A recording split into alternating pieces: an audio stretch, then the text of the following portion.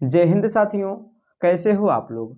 दोस्तों, next paper जो है ना आपका भौतिक विज्ञान का है और इसी को देखते हुए मैंने आप लोगों के लिए जो है ना 15 बहुत ही ज़्यादा मोस्ट इम्पॉर्टेंट जो है ना, ठीक है ना, क्वेश्चन आंसर को लेकर आया हूँ। तो आपसे रिक्वेस्ट है, आप सभी क्वेश्चन को बहुत ही बेहतरीन तरीके से तैयार कर लीजिएगा। साथियों, मैं सभी क्वेश्चन के आंसर को, यानी कि जितने सभी 15 क्वेश्चन हैं, सभी को आंसर को बहुत ही आसान तरीके से दोस्तों समझाने वाला हूँ। लगभग दोस्तों 80% आपको इसी वीडियो में ही याद हो जाएगा, ठीक है ना। तो आप वीडियो में अंत तक बने रहिएगा। तो चलिए नो बकवास, वीडियो को हम शुरू करते हैं। दोस्तों, सभी क्वेश्चन काफ़ी इंपॉर्टेंट है और लगभग हर साल ये जो है ना बोर्ड एग्जाम में पूछे जा रहे हैं। तो यहाँ पर हमारा फर्स्ट क्वेश्चन है, वैद्युत क्षेत्र की तीव्रता की परिभाषा एवं मात्रक लिखिए। यानी कि साथियों, वैद्युत क्षेत्र की तीव्रता किसे कहते हैं और उसका मात्रक क्या होता है, ठीक है ना। तो अब यहाँ पर हम इसको देखेंगे कि वैद्युत क्षेत्र में परीक्षण आवेश पर लगने वाला बल, ठीक है ना, परीक्षण आवेश के मान के बराबर होता है। यानी कि साथियों, जो वैद्युत क्षेत्र होता है ना, उसमें आवेश पर जो बल लगता है क्यू पर, क्यू मतलब आवेश, तो आवेश पर जो फोर्स लगता है, जो बल लगता है, वो क्या होता है, उस मान के, यानी कि वैद्युत क्षेत्र की तीव्रता के बराबर होता है। इसी को हम वैद्युत क्षेत्र की तीव्रता कहते हैं। अब दोस्तों यहाँ पर सूत्र के माध्यम से आपको अच्छे से याद हो जाएगा। तो सूत्र क्या होता है, ई बराबर होता है एफ अपान क्यू, ठीक है ना। यानी कि यहाँ पर जो क्यू है वो आवेश है, एफ क्या है, बल है, और ई क्या है, वैद्युत क्षेत्र की तीव्रता है। यहाँ पर जो नीचे क्यू है, क्यू आवेश है, तो इस आवेश पर लगने वाला बल क्या है, एफ है। और जब हम क्यू पर लगने वाला बल का दोनों का जब हम बटे में कर देते हैं ना, तो ये किसके बराबर होता है, तो ये बराबर होता है किसके, वैद्युत क्षेत्र की तीव्रता के, यानी कि ई बराबर, ठीक है ना। तो इसीलिए ई बराबर एफ अपान क्यू होता है। यानी कि जब जो बल लगता है उसको और बटे में जिस पर बल लगता है, क्यू पर जो बल लगता है, जब इनको हम बराबर कर देते हैं ई के, तो इसी को हम वैद्युत क्षेत्र की तीव्रता कहते हैं। तो आपको जो है ना इसका मात्रक भी लिखना है। तो सूत्र क्या है, ई बराबर एफ अपान क्यू, ठीक है ना। तो ई का मात्रक बराबर क्या हो जाएगा, एफ का मात्रक बटे क्यू का मात्रक। एफ क्या है, बल, तो बल का मात्रक न्यूटन। क्यू क्या है, आवेश, तो आवेश का मात्रक कूलाम। यानी कि वैद्युत क्षेत्र की तीव्रता का जो मात्रक हो जाएगा वो न्यूटन प्रति कूलाम हो जाएगा। आपको रटना नहीं है साथियों, आपको इसका सूत्र तैयार कर लेना है। सूत्र से ही आपका परिभाषा बन जाएगा। यहाँ पर हमारा सेकंड जो क्वेश्चन है वो है, वैद्युत फ्लक्स से आप क्या समझते हैं, ठीक है दोस्तों। तो वैद्युत क्षेत्र में स्थित क्षेत्रफल के अभिलंबवत दिशा में गुजरने वाली वैद्युत बल रेखाओं की संख्या को हम वैद्युत फ्लक्स कहते हैं। यानी कि साथियों, अगर कोई वैद्युत क्षेत्र होगा तो उसमें क्या होगा, कोई भी वैद्युत क्षेत्र है तो उसका क्षेत्रफल होगा, ठीक है ना।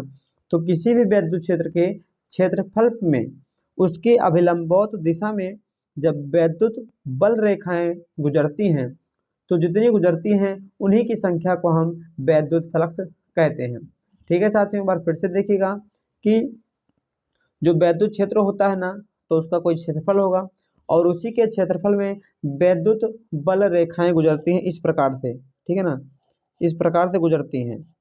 तो इनकी जो संख्या होती है 1 2 3, 1 2 3 यानी 6, तो इन्हीं संख्या को हम क्या बोल देंगे, वैद्युत फ्लक्स कहते हैं। साथियों, वैद्युत फ्लक्स का जो मात्रक होता है वो होता है वोल्ट इंटू मीटर, ठीक है ना। वोल्ट इंटू मीटर वैद्युत फ्लक्स का मात्रक होता है। दोस्तों आगे बात कर लेते हैं। हमारा जो अगला क्वेश्चन है, क्वेश्चन नंबर 3 है, इलेक्ट्रॉन वोल्ट क्या है, ठीक है ना, मोस्ट इंपॉर्टेंट क्वेश्चन है। तो इलेक्ट्रॉन वोल्ट एक ऊर्जा होती है, ठीक है ना। यानी कि इलेक्ट्रॉन वोल्ट क्या है, सिंपल सा, तो इलेक्ट्रॉन वोल्ट एक ऊर्जा है। अब अगर और बड़े में लिखना होगा तो इलेक्ट्रॉन वोल्ट वह ऊर्जा है, या फिर इलेक्ट्रॉन वोल्ट वह ऊर्जा होती है जो कि एक इलेक्ट्रॉन एक वोल्ट विभवांतर पर त्वरित करने में उत्पन्न होती है। यानी कि साथियों, इलेक्ट्रॉन वोल्ट एक प्रकार की एनर्जी होती है जिसके माध्यम से ये करती क्या है, तो ये एक इलेक्ट्रॉन जो है ना एक वोल्ट विभवांतर पर जब हम त्वरित करेंगे ना तब ये उत्पन्न होती है। यानी कि साथियों, ये जो है एक प्रकार की ऊर्जा होती है और जब हम एक इलेक्ट्रॉन एक वोल्ट विभवांतर पर जब हम त्वरित करेंगे तभी यह उत्पन्न होती है। ठीक है ना। एक इलेक्ट्रॉन वोल्ट बराबर होता है 1.6 इंटू 10⁻⁻19 जूल। ठीक है साथियों, इसका मात्रक जूल क्यों है? तो इलेक्ट्रॉन वोल्ट एक ऊर्जा है, ऊर्जा का मात्रक जूल होता है। ठीक है साथियों, तो इतना जो है इसको बेहतरीन तरीके से आप याद कर लीजिएगा। अब हम चलिए बात कर लेते हैं हमारा जो अगला मोस्ट इम्पॉर्टेंट क्वेश्चन है। दोस्तों क्वेश्चन नंबर 4 है, वैद्युत क्षेत्र की तीव्रता एवं विभव प्रवणता में संबंध बताइए। यानी कि अभी जो हम जो पढ़ के आए हैं वैद्युत क्षेत्र की तीव्रता वो और विभव प्रवणता में क्या संबंध होता है। ठीक है ना।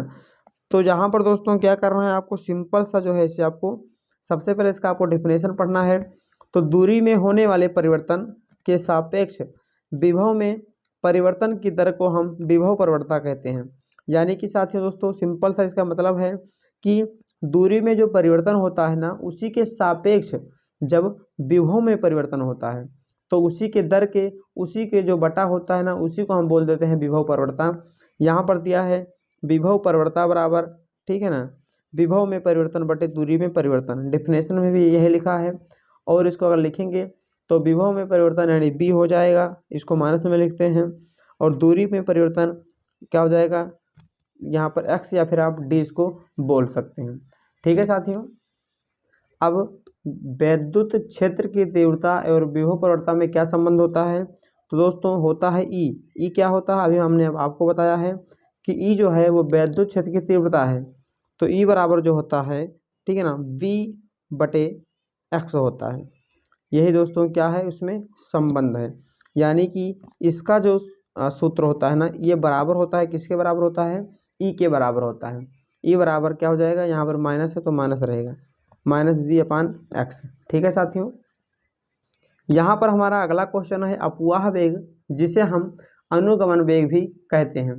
दोस्तों ये क्वेश्चन मोस्ट इम्पॉर्टेंट है और लगभग हर साल ये क्वेश्चन जो है ना आपके एग्जाम में पूछा गया है। तो जब किसी चालक तार में वैद्युत धारा प्रवाहित होती है तो चालक में उपस्थित इलेक्ट्रॉन एक निश्चित वेग से गति करते हैं। इलेक्ट्रॉन की इसी गति को हम अपवाह वेग कहते हैं। अब दोस्तों सिंपल समझिएगा कि कोई भी तार होता है, ठीक है ना, जिसमें जब धारा प्रवाहित करते हैं तो उसमें क्या होता है, तो जो चालक होते हैं ना उसमें इलेक्ट्रॉन जो होते हैं ना वो क्या है गति करते हैं। ठीक है ना, और इलेक्ट्रॉन जो गति करते हैं इसी गति को, उनके गति के वेग को हम क्या बोलेंगे, अपवाह वेग कहते हैं।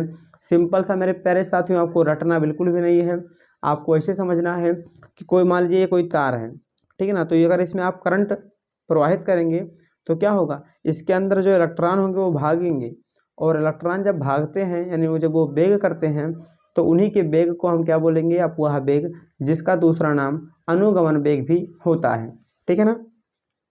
इसका मान कितना होता है अपवाह वेग का, तो 10⁻⁻4 मीटर प्रति सेकंड होता है। ठीक है ना, वो इतने जो है वेग से वो क्या है गति करते हैं। और अपवाह वेग का या फिर अनुगमन वेग का प्रतीक क्या होता है, तो इसका प्रतीक बी डी होता है। ठीक है ना, प्रतीक इसका बी डी होता है। मान 10⁻⁻4 मीटर प्रति सेकंड आपको याद रखना है। ठीक है ना, मीटर प्रति सेकंड इसका मात्रक भी। क्यों साथियों इसका मात्रक मीटर प्रति सेकंड है, क्योंकि वेग का मात्रक भी मीटर प्रति सेकंड ही होता है। अब दोस्तों यहाँ पर हमारा अगला क्वेश्चन नंबर 6 है, सेल का वैद्युत वाहक बल किसे कहते हैं। ठीक है ना, तो एकांक आवेश को पूरे परिपथ में सेल सहित प्रवाहित करने पर सेल द्वारा दी गई ऊर्जा को हम वैद्युत वाहक बल कहते हैं। यानी कि दोस्तों कोई भी एकांक आवेश है, कोई भी एक आवेश है, और जब उस आवेश को आप किसी परिपथ में क्या करोगे, सेल सहित प्रवाहित करोगे, तो सेल क्या होगा, कुछ ऊर्जा देगी, और उसी ऊर्जा को हम वैद्युत वाहक बल कहते हैं। ठीक है साथियों, सिंपल सा आपको याद रखना है। और वैद्युत वाहक बल को हम ई से लिखते हैं, तो ई बराबर W/Q हो जाएगा। ठीक है ना, क्या हो जाएगा, ई बराबर W/Q। यानी कि कोई भी आवेश है, ठीक है ना, जब उसको हम सेल सहित प्रवाहित करेंगे तो क्या करेगा, वो सेल ऊर्जा देगा, और उसी ऊर्जा को हम वैद्युत वाहक बल कहते हैं। दोस्तों हमारा अगला क्वेश्चन है क्वेश्चन नंबर 7, धारा घनत्व की परिभाषा लिखिए। ठीक है ना, ये भी मोस्ट इम्पॉर्टेंट है। तो किसी चालक में किसी बिंदु पर कोई भी चालक तार है और कोई भी हम बिंदु मान लेंगे, तो किसी चालक में किसी बिंदु पर प्रति एकांक क्षेत्रफल की अभिलंबवत गुजरने वाली धारा को हम धारा घनत्व कहते हैं। सिंपल था दोस्तों, जो वहाँ पे था ना, ठीक है ना, अभी हमने बताया था, अभी एक बार फिर से आपको दिखाऊंगा। यहाँ पर भी सेम वही है, कोई भी चालक तार है, ठीक है ना, तो उसका कोई क्षेत्र होगा और उसके क्षेत्र में जो है क्या होंगे, उसके क्षेत्र में जो धारा गुजरेंगी उसी धारा को हम क्या बोल देंगे, धारा घनत्व कहते हैं। और साथ ही वहाँ वैद्युत फ्लक्स में क्या था, तो वहाँ वैद्युत फ्लक्स में क्या था कि जो वैद्युत गुजरने वाली वैद्युत बल रेखाओं की संख्या को, वहाँ पर इसके जो है कोई चालक है, ठीक है ना, उसका कोई क्षेत्र होगा, उसके क्षेत्रफल में गुजरने वाले वैद्युत बल रेखाओं की संख्या को क्या कहते हैं, हम वैद्युत फ्लक्स कहते हैं। लेकिन गुजरने वाली धारा को, ठीक है ना, हम क्या धारा घनत्व कहते हैं। धारा घनत्व को हम जे से लिखते हैं, जे बराबर आई अपान ये। इसका सूत्र कैसे आया है, तो इसका आप डेफिनेशन देखिए। गुजरने वाली धारा को हम क्या बोल देंगे, मतलब कि कोई भी दोस्तों तार है उसका क्षेत्रफल होगा, तो क्षेत्रफल यानी कि एरिया, तो ये रहा एरिया। गुजरने वाली धारा को लिखते हैं आई से, ठीक है ना, तो ये यानी कि जे बराबर क्या हो जाएगा, आई अपान ए हो जाएगा। आई क्या है, धारा है, और ये क्या है, एरिया है। एरिया का मतलब क्या, क्षेत्र। मात्रक क्या हो जाएगा, तो इसका मात्रक हो जाएगा सिंपल सा, आई का मात्रक, आई यानी कि धारा, धारा का मात्रक एम्पियर, और एरिया का मात्रक हो जाएगा मीटर स्क्वायर, ठीक है ना। तो धारा घनत्व का मात्रक हो जाएगा एम्पियर प्रति मीटर स्क्वायर।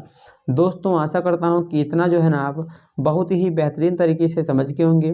अब हम चलिए बात कर लेते हैं हमारा जो अगला मोस्ट इम्पॉर्टेंट क्वेश्चन है। दोस्तों अगला क्वेश्चन नंबर 8 है, विशिष्ट चालकता क्या होता है।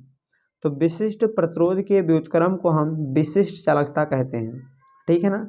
यानी कि साथियों जो विशिष्ट प्रतिरोध होता है उसी को जब हम उल्टा कर देंगे, उसी को हम बटे में कर देंगे। व्युत्क्रम का मतलब होता है उल्टा करना यानी बटे में करना। तो जब हम विशिष्ट प्रतिरोध को क्या कर देंगे, व्युत्क्रम कर देंगे, तो उसी को हम विशिष्ट चालकता कहते हैं। जो विशिष्ट प्रतिरोध होता है ना उसको लिखते हैं रॉ से, या इसको पी भी बोलते हैं। तो विशिष्ट प्रतिरोध को लिखते हैं पी से, ठीक है ना, ये मान लीजिए पी है। और जब हम इसी का उल्टा कर देंगे, मतलब कि हम इसको बटे में कर देंगे, तो वही क्या हो जाएगा, तो वही हो जाएगा हमारा विशिष्ट चालकता, जिसको लिखते हैं सिग्मा से। इस प्रकार से भी सिग्मा लिखते हैं, ठीक है ना। तो ये हो गया आपका विशिष्ट चालकता। इसका मात्रक क्या होता है, तो इसका मात्रक होता है महो प्रति मीटर, ठीक है ना, या फिर आप इसको महो मीटर इनवर्स भी लिख सकते हैं, क्योंकि ये नीचे है, ऊपर आएगा तो ये माइनस में हो जाएगा, ठीक है ना। इस प्रकार से भी आप लिख सकते हैं। दोस्तों अगला क्वेश्चन है मोस्ट इम्पॉर्टेंट है कि सेल का आंतरिक प्रतिरोध किन किन बातों पर निर्भर करता है। दोस्तों आप देख रहे होंगे कि जितने सभी क्वेश्चन मैं आपको बता रहा हूँ ना, उसके उत्तर जो है ना बहुत ही शॉर्ट में मैंने आपके लिए लिखा हुआ है, ठीक है ना। अगर आप कहीं अलग से देखेंगे, बुक में देखेंगे, तो इसका उत्तर जो है ना बहुत बड़ा लिखा हुआ है, ठीक है ना। मैं जो है आप लोगों के लिए इसको बहुत ही आसान कर रहा हूँ ताकि आपको रटने की ज़रूरत बिल्कुल भी ना पड़े। तो क्वेश्चन यहाँ पर क्या है, सेल का, ठीक है ना, जो सेल होता है आपका, उसका जो आंतरिक प्रतिरोध होता है वो किन किन बातों पर निर्भर करता है। तो साथियों यहाँ पर 3 बातें लिखी हुई हैं, इनको आपको याद कर लेना है।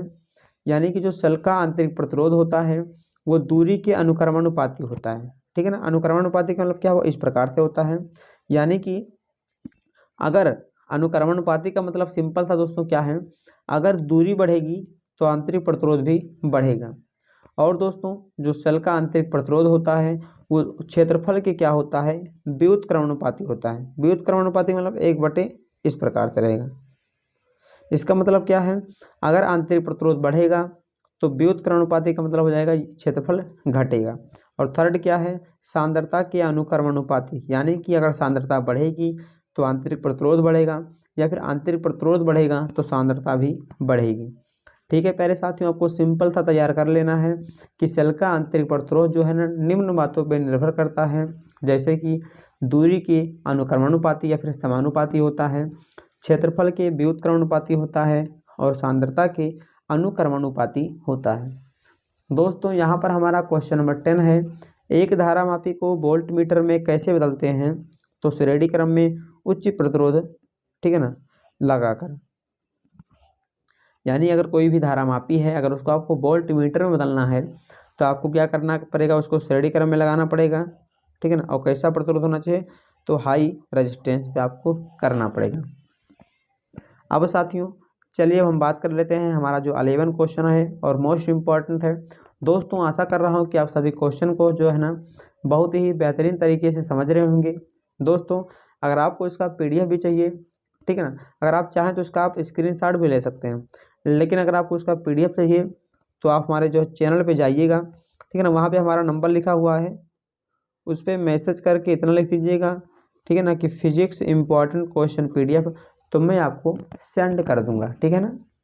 दोस्तों अगला क्वेश्चन है, इम्पॉर्टेंट क्वेश्चन है, लेंज का नियम लिखिए, ठीक है ना, कि लेंज का नियम क्या होता है। तो किसी परिपथ में, कोई भी परिपथ है आपका, उसमें प्रेरित वैद्युतवाहक बल की दिशा सदैव ऐसी होती है कि यह उस कारण का विरोध करती है। यानी कि साथियों कोई भी वैद्युत परिपथ है उसमें जो वैद्युतवाहक बल होता है ना, उसकी दिशा सदैव ऐसी होती है कि वह उसका विरोध करता है, ठीक है ना। मतलब वो अगर इधर जा रहा है, वैद्युतवाहक बल अगर इधर है तो विरोध करके इधर इधर ले जाएगा। तो जब ये विरोध करता है तो उसी विरोध को हम लेंज का नियम कहते हैं। और लेंज ने यही नियम बताया था कि अगर कोई परिपथ है उसमें अगर वैद्युतवाहक बल है, ठीक है ना, उसकी दिशा जैसी होगी यह उस कारण का विरोध करेगा, लेंज का नियम कहते हैं, ठीक है ना। दोस्तों आपको स्पीड में करा दे रहा हूँ, ठीक है ना, क्योंकि आपका टाइम जो है ना बहुत ज़्यादा वैल्यूबल है, ठीक है, और सभी कुछ आपको अच्छे से समझना भी है, ठीक है ना। तो अगला क्वेश्चन है, स्वप्रेरण से आप क्या समझते हैं। बहुत ही आसान सा मैं आपको बता दूंगा कि स्वप्रेरण किसे कहते हैं। तो किसी कुंडली से संबद्ध चुंबकीय फ्लक्स के मान में परिवर्तन पर उस कुंडली में वैद्युतवाहक बल तथा प्रेरित धारा उत्पन्न होने की घटना को स्वप्रेरण कहते हैं। आप सिंपल से देखिएगा, स्व का मतलब क्या होता है, स्व का मतलब अपने या खुद से, ठीक है ना, और प्रेरण का मतलब तो प्रेरण हो जाएगा। यानी यहाँ पर सिंपल सा क्या आया है, स्व मतलब कि खुद से निकलेंगे, अपने आप से निकलेंगे। तो पढ़िएगा, किसी कुंडली से संबद्ध चुंबकीय फ्लक्स के मान में परिवर्तन पर, यानी कोई भी कुंडली है, कोई भी चौक कुंडली है, उससे जब चुंबकीय फ्लक्स के मान में परिवर्तन होता है, ठीक है ना, जब भी परिवर्तन होता है तो क्या होता है, वैद्युतवाहक बल और वैद्युत धारा अपने आप उत्पन्न हो जाते हैं। स्व यहाँ पे मैंने आपको बताया ना। तो जब भी चुंबकीय फ्लक्स के मान में परिवर्तन होता है तो वैद्युतवाहक बल और प्रेरित धारा अपने आप उत्पन्न हो जाते हैं, और इसी घटना को, इसी अपने आप उत्पन्न होने की घटना को हम स्वप्रेरण कहते हैं। दोस्तों आशा कर रहा हूँ ना इसको आप बहुत ही बेहतरीन तरीके से समझ गए होंगे, और इसको आपको रटना बिल्कुल भी नहीं पड़ेगा, ठीक है ना। स्वप्रेरण का बीमा भी पूछा जाता है, तो इसका बीमा हो जाएगा MLTA, आप ऐसे याद कर लीजिए, MLTA, ठीक है ना, 12, ये पावर लगा है 12 12, फिर उसके बाद में 12 22, ठीक है दोस्तों, MLTA 12 22, और लास्ट में दोनों पे माइनस। तो यहाँ पर क्या है, स्वप्रेरण का जो बीमा है वो है MLTA 12 22, और लास्ट TA पे क्या है, माइनस कर देना है। दोस्तों अगला क्वेश्चन मोस्ट इम्पॉर्टेंट क्वेश्चन है कि फैराडे के जो वैद्युत चुंबकीय प्रेरण के नियम लिखे। यानी फैराडे ने वैद्युत चुंबकीय प्रेरण के लिए कुछ नियम दिए थे, वही नियम आपको बताने हैं। तो यहाँ पर आपको सिंपल सा लिखना है कि फैराडे ने वैद्युत चुंबकीय प्रेरण के लिए 2 नियम दिए थे, प्रथम नियम और द्वितीय नियम। प्रथम नियम क्या होता है, जब किसी परिपथ से बद्ध चुंबकीय फ्लक्स में परिवर्तन होता है, यानी कोई भी दोस्तों परिपथ है उसमें जब जो चुंबकीय फ्लक्स होता है उसमें जब परिवर्तन होता है तो उसमें वैद्युतवाहक बल उत्पन्न हो जाता है, और इसी घटना को हम फैराडे का प्रथम नियम कहते हैं। दोस्तों ये देख के आपको समझ में ये वाला आया होगा, ठीक है ना, क्योंकि ये दोनों क्या है, सेम है। यहाँ पर भी वही था कि जब चुंबकीय फ्लक्स में परिवर्तन होता है तो वैद्युतवाहक बल अपने आप उत्पन्न हो जाता है, इस घटना को हम स्वप्रेरण कहते हैं। और यही वाली जो घटना है इसी को किसने दिया था, फैराडे ने दिया था, तो यही उनका नियम हो गया, ठीक है ना। तो वही उनका प्रथम नियम है कि जब चुंबकीय फ्लक्स में परिवर्तन होगा तो वैद्युतवाहक बल उत्पन्न हो जाएंगे, यही क्या है, प्रथम नियम है, और यही घटना स्वप्रेरण कहलाती है। उसके बाद साथियों सेकंड नियम उनका क्या कहता है कि प्रेरित जो वैद्युतवाहक बल चुंबकीय फ्लक्स के ऋणात्मक दर के बराबर होती हैं। यानी कि यहाँ पर जो है अपने आप में जो वैद्युतवाहक बल उत्पन्न हुआ था वो चुंबकीय फ्लक्स के जो माइनस में मान होता है ना उसके ये बराबर होती हैं, ठीक है साथियों। तो इन दोनों नियमों को आपको बहुत ही बेहतरीन एवं आसान तरीके से तैयार कर लेना है। रटना आपको कोई भी क्वेश्चन बिल्कुल भी नहीं है साथियों, ठीक है। तो चलिए अब हम बात कर लेते हैं, हमारा जो लास्ट 2 क्वेश्चन बचा है दोस्तों। क्वेश्चन नंबर 14 है, वैद्युत अनुनाद से आप क्या समझते हैं। मोस्ट इंपॉर्टेंट क्वेश्चन है कि वैद्युत अनुनाद क्या होता है।